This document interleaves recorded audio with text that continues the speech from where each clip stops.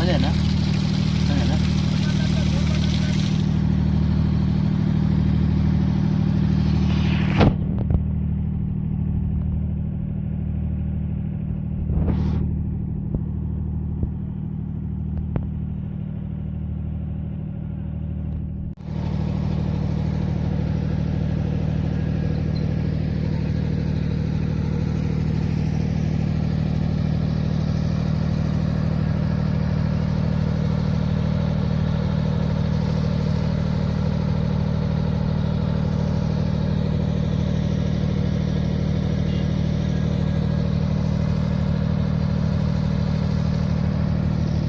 ఇది రాజన్న సిరిసిల్ల జిల్లాలో పరిస్థితి.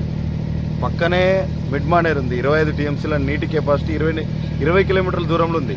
అయినా ఇక్కడ పొలం ఇప్పటికే పగులు పెట్టింది. ఈయనే దశలో ఉంది. ఇదిగో క్రికెట్ ఆడుకోవచ్చు ఇలా. ఇది ఎంత ప్రభుత్వ నిర్లక్ష్యం అంటే, గత ప్రభుత్వాలు బీఆర్ఎస్ ప్రభుత్వము ఇక్కడ డ్యాములు మా జాగాలు మా భూములు పోయినాయి. ల్యాండ్ అక్విజిషన్ కింద ఇంకా చాలామంది బాధితులకు నష్టపరిహారం కూడా రాలే.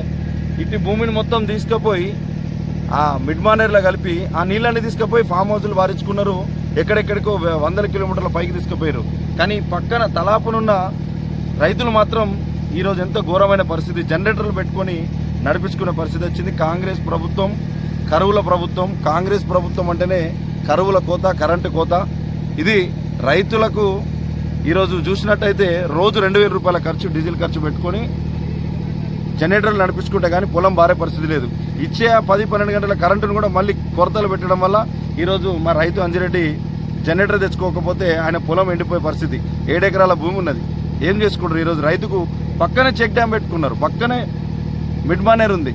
కానీ ఈరోజు ఇంత ఘోరమైన పరిస్థితి అంటే ఇది ముమ్మాటికి ప్రభుత్వ నిర్లక్ష్యం. ఇక్కడ చేతగాని వ్యవస్థ, చేతగాని నాయకత్వం ఉన్నది. చేతగాని వ్యవస్థలో ఇక్కడున్న అధికారులు కానీ, మంత్రులు కానీ, కరీంనగర్ జిల్లా మంత్రులు కానీ డ్యామ్లలో 1000 టీఎంసీలు 100 టీఎంసీల నీళ్లున్నప్పటికీ పక్కన పొలం ఎండిపోతుందంటే మీరు అర్థం చేసుకోండి ఈరోజు ఎంత చేతగాని వ్యవస్థ ఉన్నది. ప్రభుత్వం కానీ, ప్రభుత్వంలో ఉన్న అధికారులు కానీ, మంత్రులు కానీ సిగ్గు తెచ్చుకోవాలా.